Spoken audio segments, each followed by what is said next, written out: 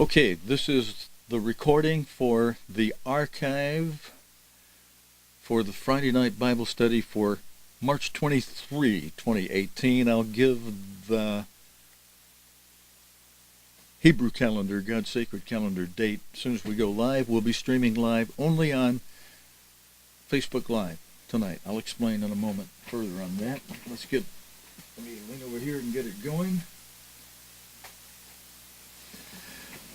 Greetings to those of you watching on Facebook Live on the Sabbath service page for this Friday night Bible study for the 8th day of the first month. You know, I usually double check that. I haven't. It should only be 6 nights. I don't want to take that off my screen, but you can't see this anyway. Brethren, let me come in and type with you. Welcome to our Friday night Bible study. I hope you all had a wonderful week. We're going to have a very special sermon tonight for the Bible study, so I have to get into it quickly. By God's end-time apostle, it's a sermon on examining yourself for Passover.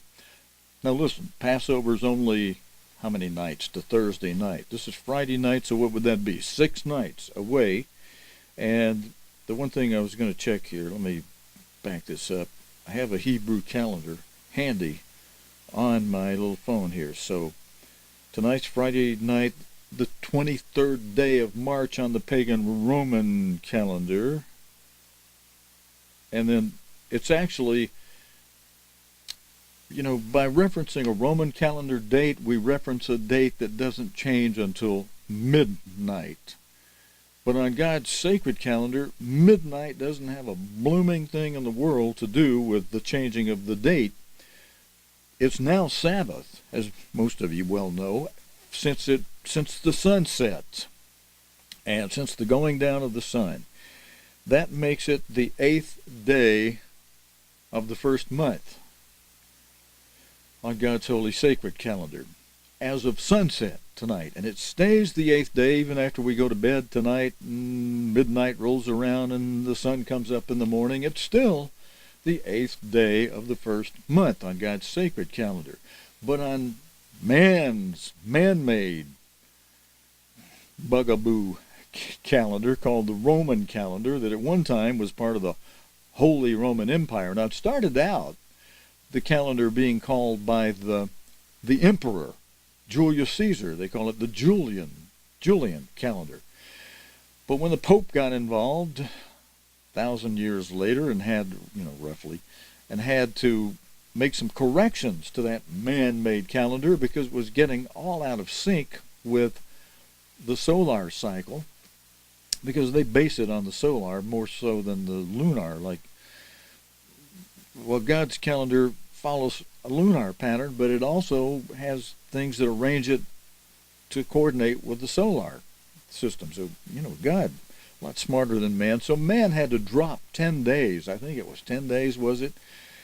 When they corrected the calendar, and then that correction was, they changed the name of the Roman calendar from the Julian calendar to the Gregorian calendar. And Gregorian was not an emperor. He was not a Holy Roman emperor. He was over the emperor. Gregorian, Pope Gregory, well, I gave it away there. Gregory was a pope. And so it went from being called after the emperor to being called after the pope. And that the whole thing ties hand in glove, church and state. But in its final revision, it clearly shows, let's pull out here for a second, since I'm into an explanation of that. In its final revision, it clearly shows, as we see on this chart on the far side over here. Let's see, how do I get over to that chart? I got a button for that somewhere. I think that's button number 1, is it? Yeah. Oh, no, I'm sorry. That's not that chart. We want to go to this chart over here. That's button number 2. There we go. Okay. As you see the woman sitting in the saddle, like a horse saddle, strapped to this beast, the 7th head of this 7-head beast. The 7th head being the final revision of the Holy Roman Empire. And that 7th head relates to the 7 kings that are mentioned in Revelation 17, verse 10. There are 7 kings, 5 are fallen, one is, even that one is that's Mussolini, has come and gone from 1935 to 1945. That was when he was from the fall of 1935 to the spring, April 28, 1945. We had the one that is. And then we go to the next part of Revelation 17, verse 10, that says, and one is yet to come. Now, brethren, to be sure I got that exactly right, I read that from Revelation 17:10 the other night as I was mentioning that on the World Watch News related to the Bible and Prophecy program. And I'm going to go back and read it again, because we've often liked to say, and one's yet to come, and the exact wording is, and the other is not yet. So, yeah, I mean, that's saying the same thing. And there's 5 fallen, one is, but even the one was only till 1945, between 1935 and 1945. Now he is no more. He's part of the 5 that are fallen. So they're now, in fact, see, John was writing ahead for a specific time when God would have his end-time apostle well into the work of, the work was multifaceted. It was to bring a witness before the whole world, but it was also to pull together what a lot of you brethren are now a part of, and that is the body of Christ, a spiritual organism, not any one organization, not a building, but the body of Christ, also known as the Church of God. Now that's what I really should have said, not a building with the name Church of God on the building. No, that's not the church.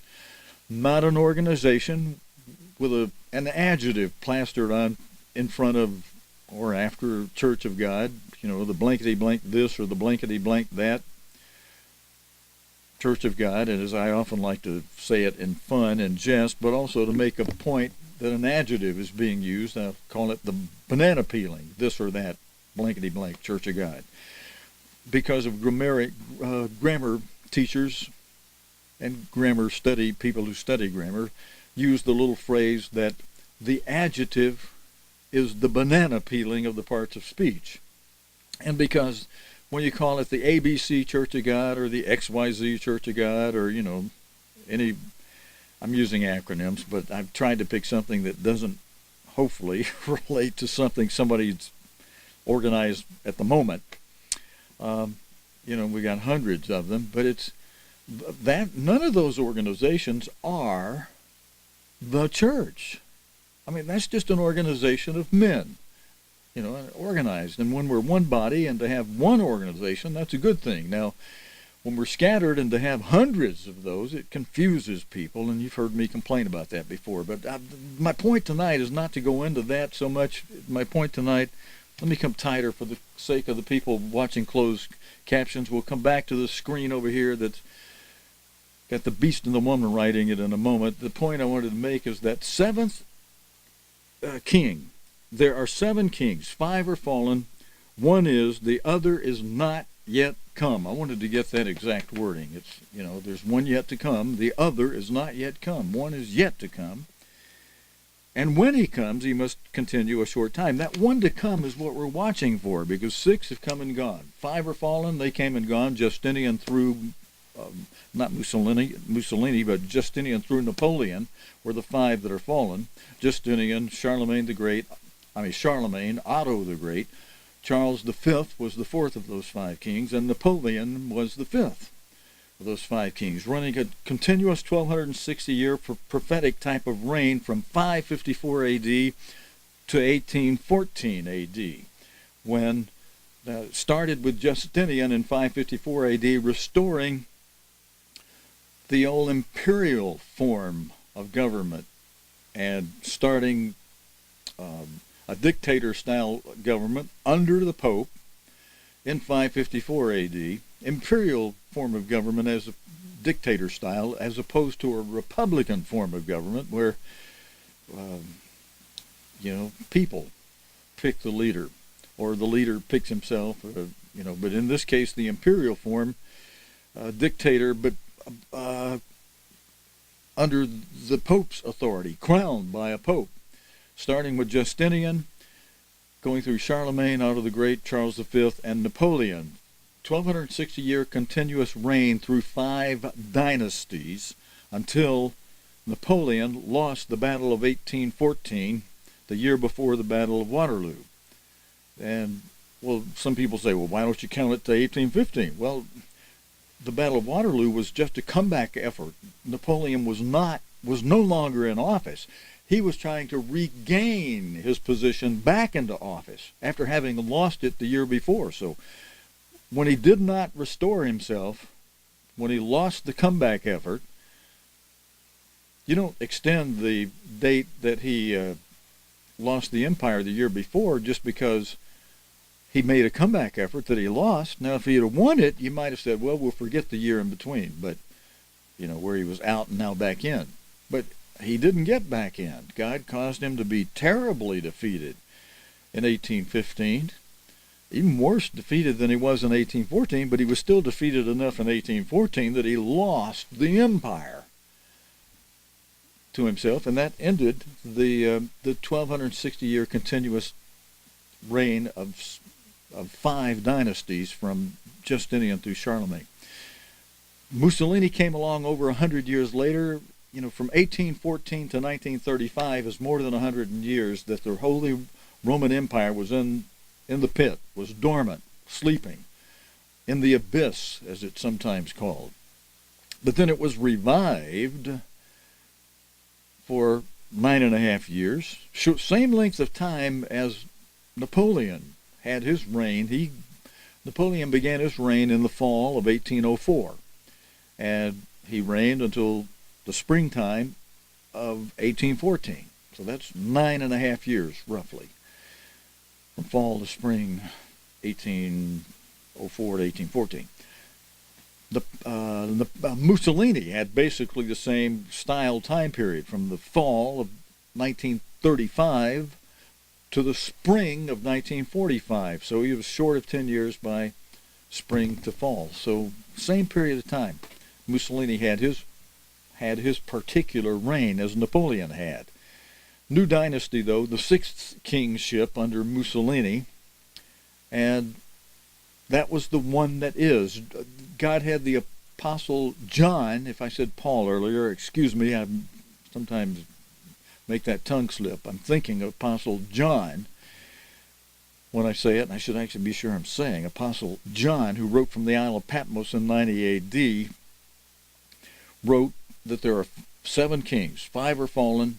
Now, he was writing in 90 A.D. before the first of any of those 7 kings had even been born, some more than 400 years before Justinian was the first of them, of those 7 kings, was even born. And same holds true for Mussolini, the one that is, among those 7, was born after the 5 that are fallen that hadn't been born yet.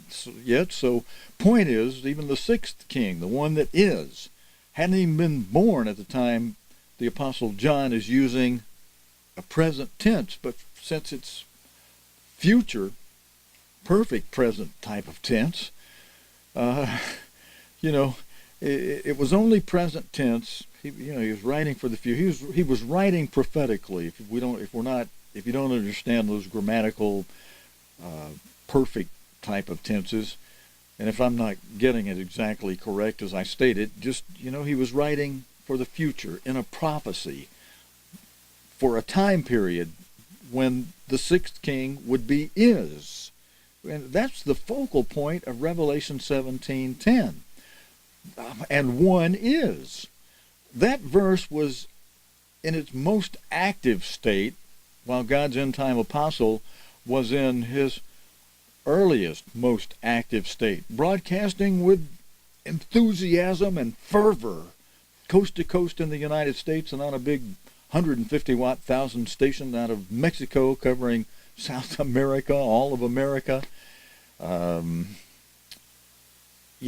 big time. And then, of course, in 1953, when he went on Radio Luxembourg and went worldwide, he continued to preach these same things, but he preached it during the active time when Mussolini was the one is. When he was preaching it when Mussolini was present tense is, the one that is. Now, we've passed that time now, and so that verse 10 of Revelation 17 does some kind of transformation in a certain sense from where we are right now. The one was only is back in 1935 to 1945. But there's still some more to that verse. The rest of that verse says, and he must continue for a short time. I'm sorry, I skipped ahead of myself a little bit. The rest of that verse says, the other is not yet come. And that other still, that seventh one, the remaining of the one of the seven. There are 7 kings, 5 fallen, one is come and gone, and the other, after 5 are fallen and one is gone, that's 6 of 7. There's only the 7th one left. The other means that 7th one is not yet come. And so that's what we're watching for. We don't know who that is yet. We have an idea. It may be the heir of one of the former emperor's descendants. And we're watching those people, but we're watching the whole thing because God's left himself the options wide open. I mean, he could put anybody who would qualify to be that most horrible person one of the most horrible persons in the world, the beast. I say one of the most because perhaps the false prophet who rides the beast will be, if not equally the worst person in the world, maybe slightly more worse than the beast himself. But because the false prophet will have control of the reins of the beast. The beast has all that power at his hands and disposal, part of the body of what the beast is and the head of the beast is. But you got the woman that represents a church, and the head of that church representing, God calls it a false prophet, controlling the reins of that horrible, dreadful, all as if it were all-powerful beast, who will have dominion over the entire world except for that little area in the Middle East that God mentions through Daniel in chapter 11, verse 41 of Daniel. And Daniel, when God had him write all that stuff, he said, hey, well, God, what's all this mean? He wasn't able to understand it then. It's given to us today on a silver platter, and how blessed we are to have that information. How blessed we also are, let's pull this into focus of where we are time-wise right now. And I got to get to Mr. Armstrong quickly, so I just got to pull right to that direction. We're watching for that. Let me just pull it out here for a second. We're watching for that beast to rise its ugly head and for a false prophet to be riding that beast. That commences the 5th seal, and at that point in time, brethren, I hope that you've got enough on the record with God that he will account you worthy to escape.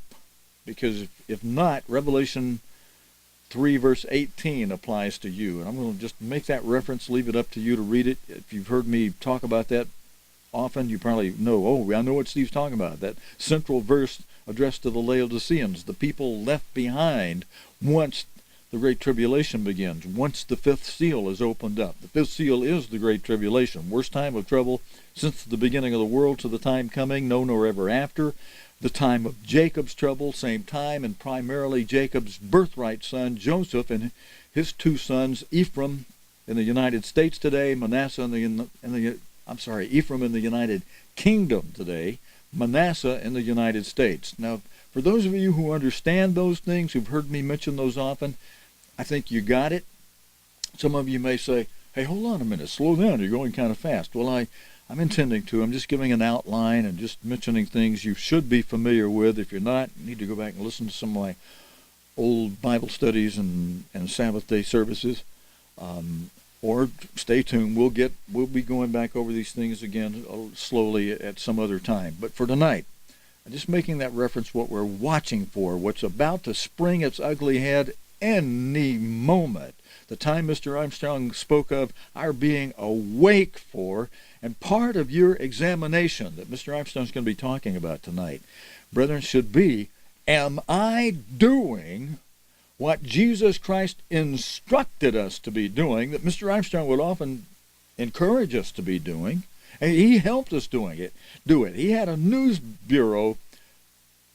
Everything was being given to us on a silver platter. We don't have that as much anymore. Now, I have a news program where I help you watch the news as Christ told us to do. Let me come back tighter, because we don't need that guy up there anymore. But we have to do what Christ said do. Each one of us have to do what Christ said do ourselves.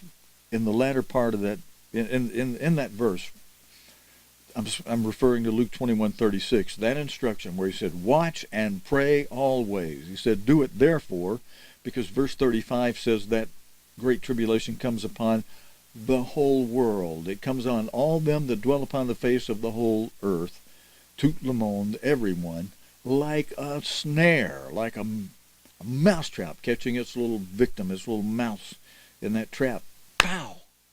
Or like an animal getting caught in a trap that the animal doesn't know the trap's there, and all of a sudden he's in it. Wham! And he's struggling to get out. People are going to be caught in the great tribulation in the same way.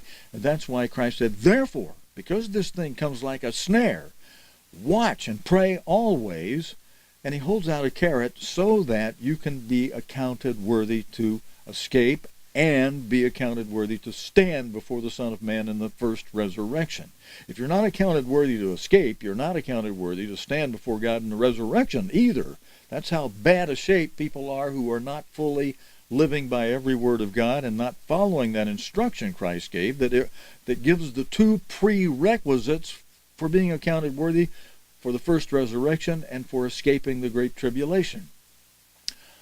Well, what does that mean? If I'm not accounted worthy and I'm still alive when that trap snaps, what happens to me then?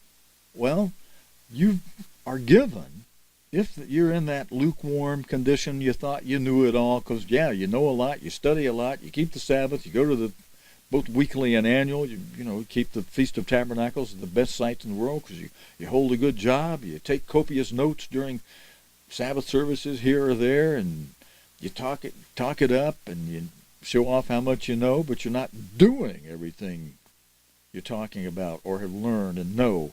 You're ignoring.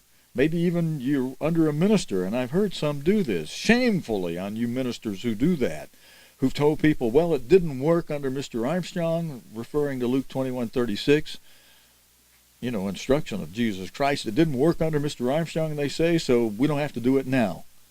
What lunatic reasoning, human, carnal, dumb, as President Trump would say, stupid reasoning.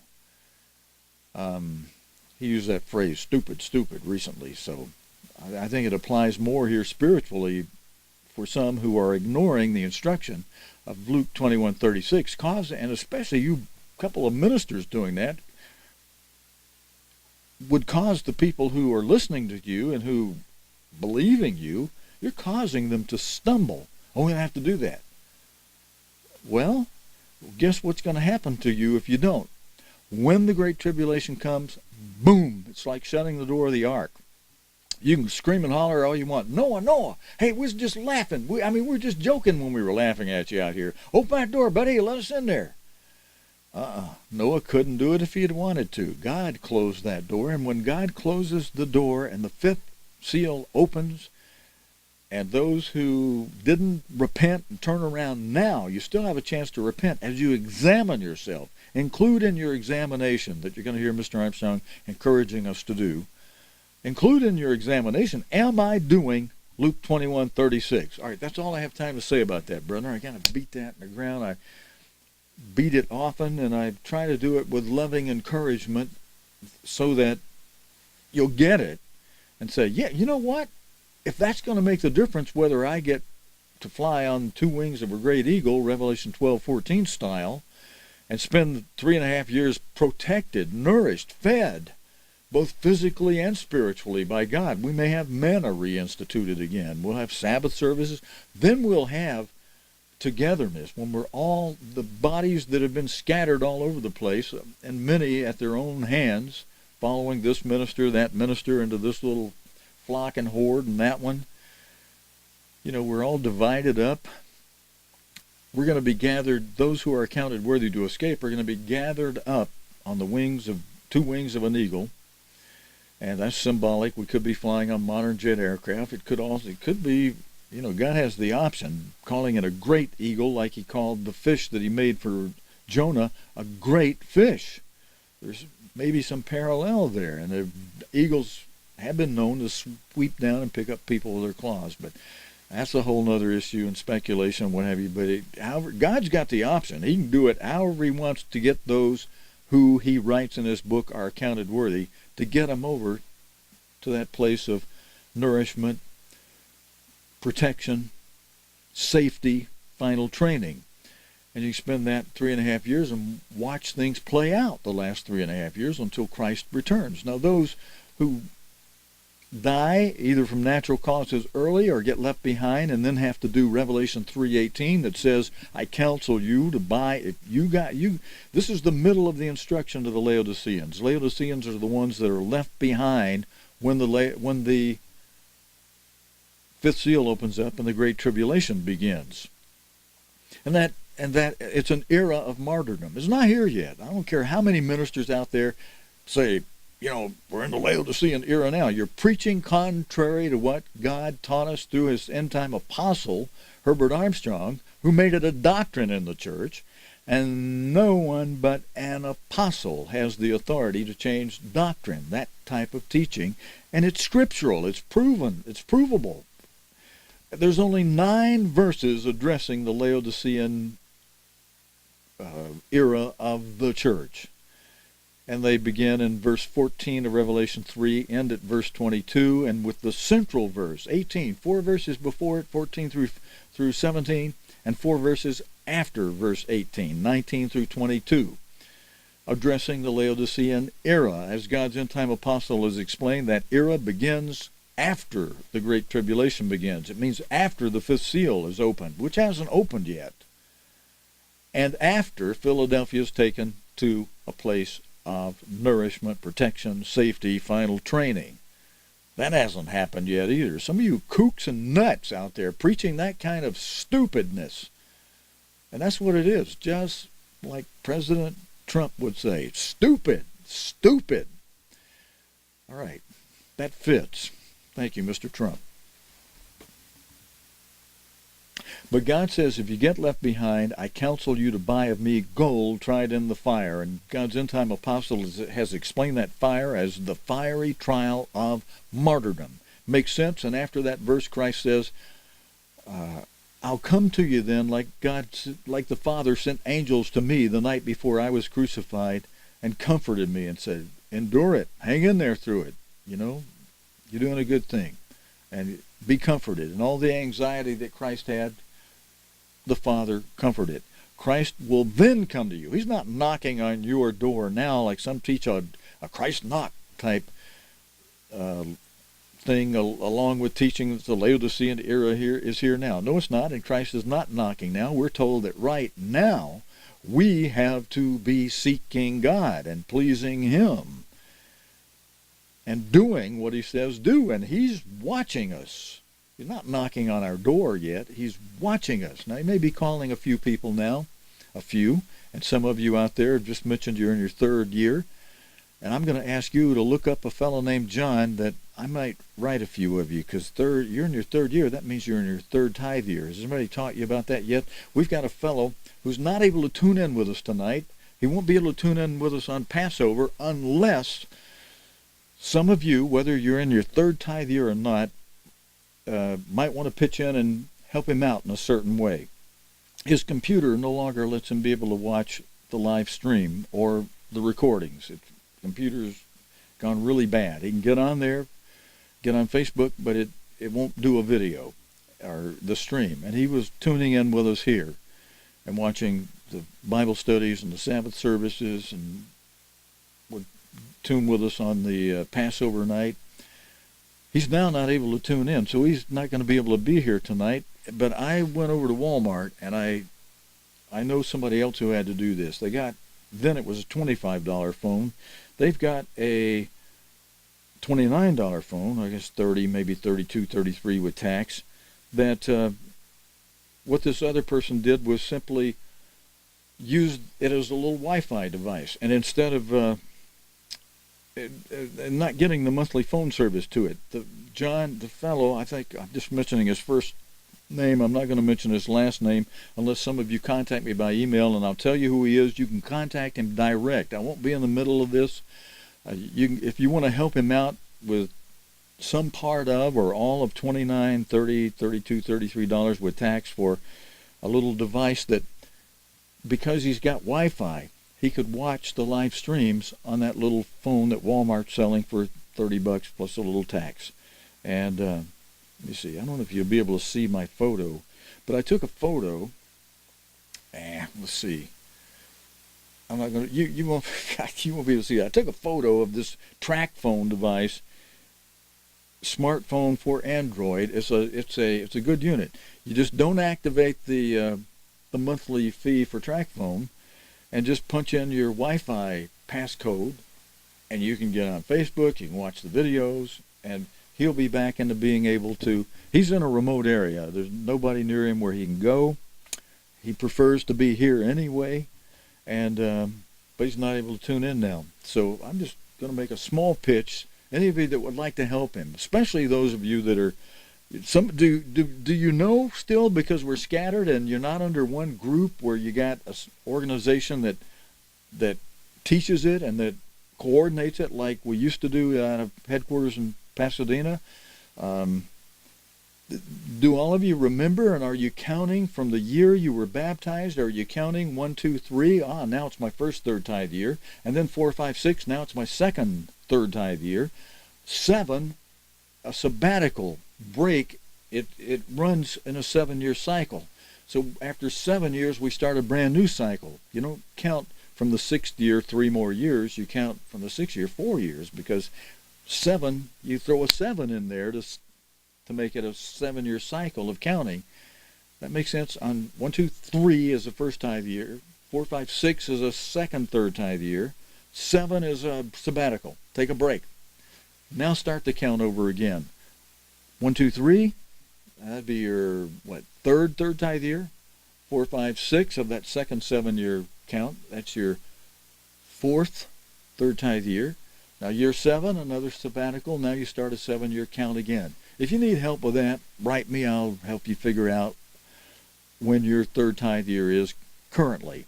And if it's your year, pick somebody who needs help, like John, who could if you're working, $30 is only going to be a portion of your third tithe. If you can help him out, get him a little phone. He's back connecting up with us, or whether live or watching the videos, he can connect back up with us for $30. He's got his Wi-Fi covered. He's got an expense that's hit him that's kind of been a surprise. He's got 2 teenage grandsons that got dumped on him that he wasn't anticipating. He's in his retirement, gets a monthly check. And that only goes so far, and especially with teenagers and teenage appetites and covering the food for these teenagers in school, something he hadn't anticipated was going to happen, that happened to him. If some of you decide, I'm going to help him, but too many of you help him, if he gets more than the $30 for the phone, the guy deserves it. Our brother John deserves it for taking those teenage boys and showing them love, feeding them, taking the responsibility for them when the parents flaked out on the boys.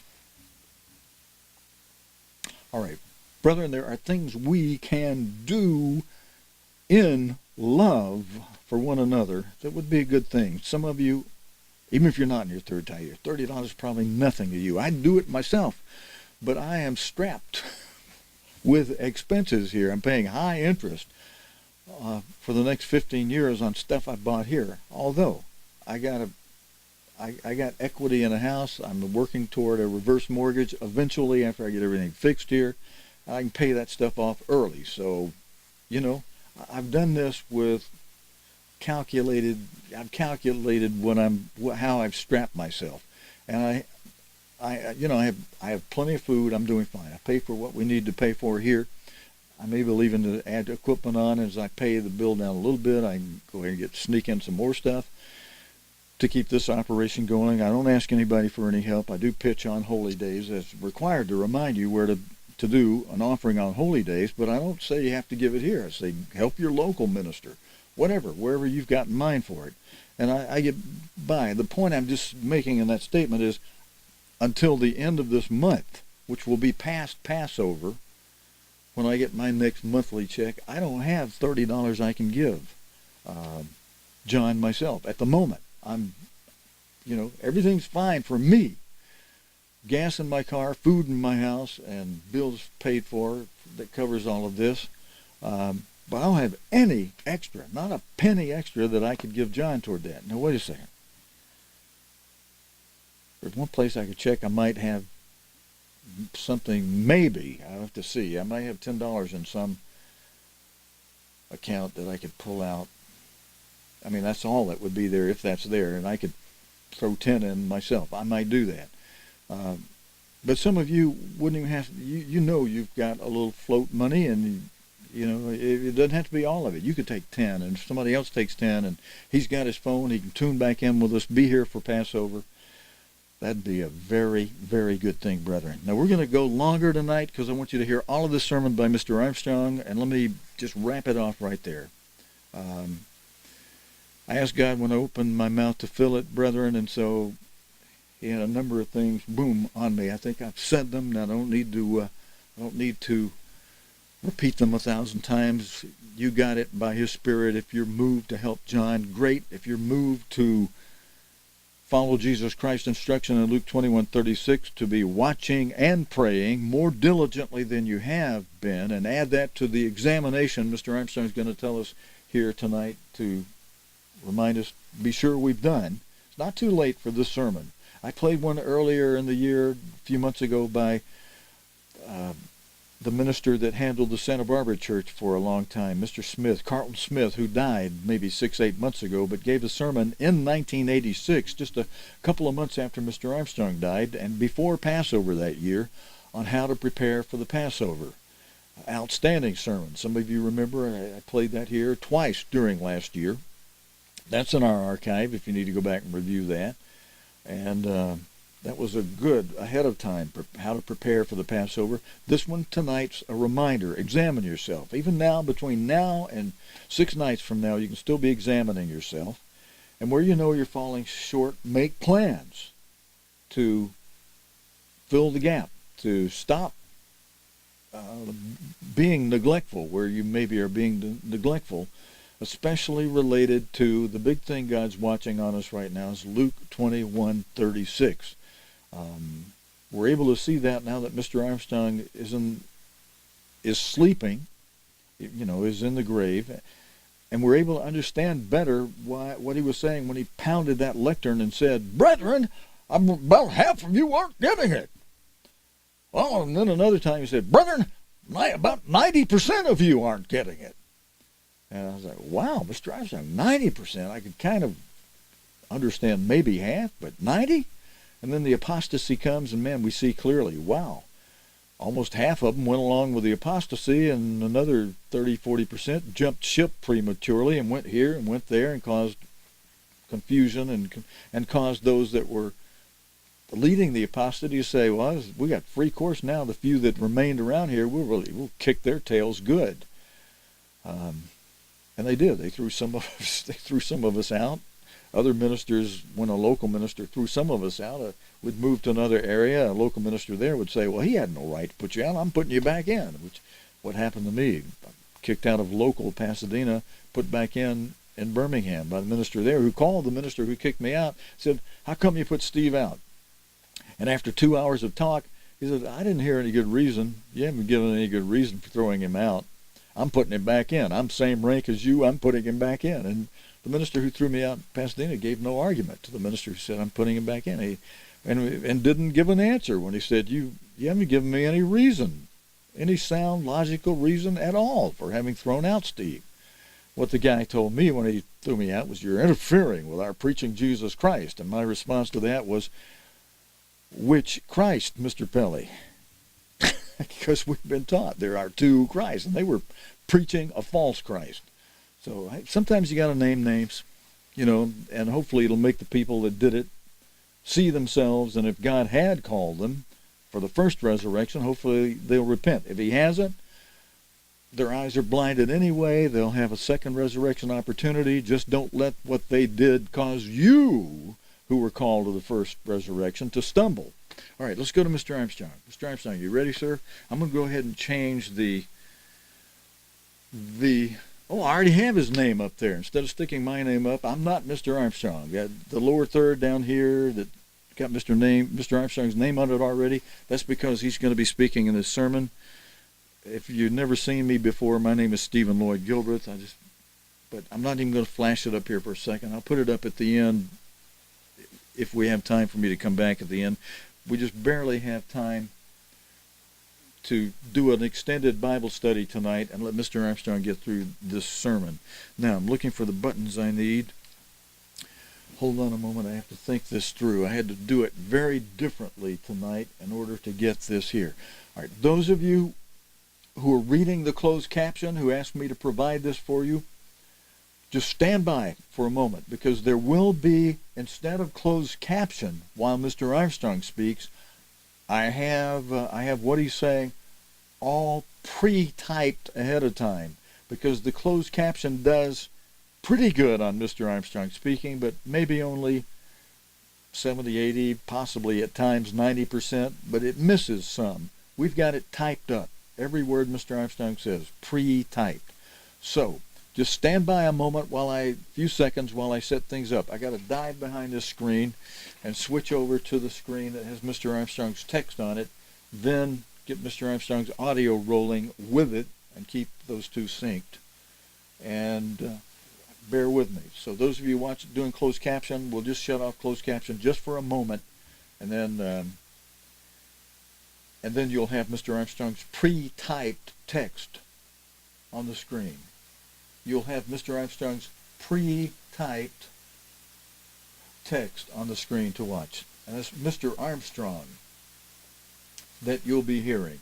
Okay, I think that's understood. The words we got finally, it missed a few of my words. We got it right. So let's go to the pretext. I'm going to stop this device so we don't use up too much of the. Okay, so now here's the. Let's see, how do I control that? Yeah. See, I got a button over here. I control it. Yep. I can control it right there. Okay, I'm going to try to keep that in sync as Mr. Armstrong speaks, brethren.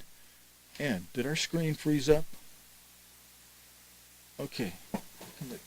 I hope my studio monitors have frozen. I hope we're not frozen on the live stream. It looks like the recording is not frozen, but let me go ahead and see if I can bring this forward to this screen, full screen. All right, it's only my studio monitors. No, it isn't only my studio monitors. It's the live stream that's hanging up also. The recording is okay, so those of you listening on viewing this in the archive recording, we're okay. Let me get that off the screen, that lower third, for those of you doing the recording. The live stream, we're hung up.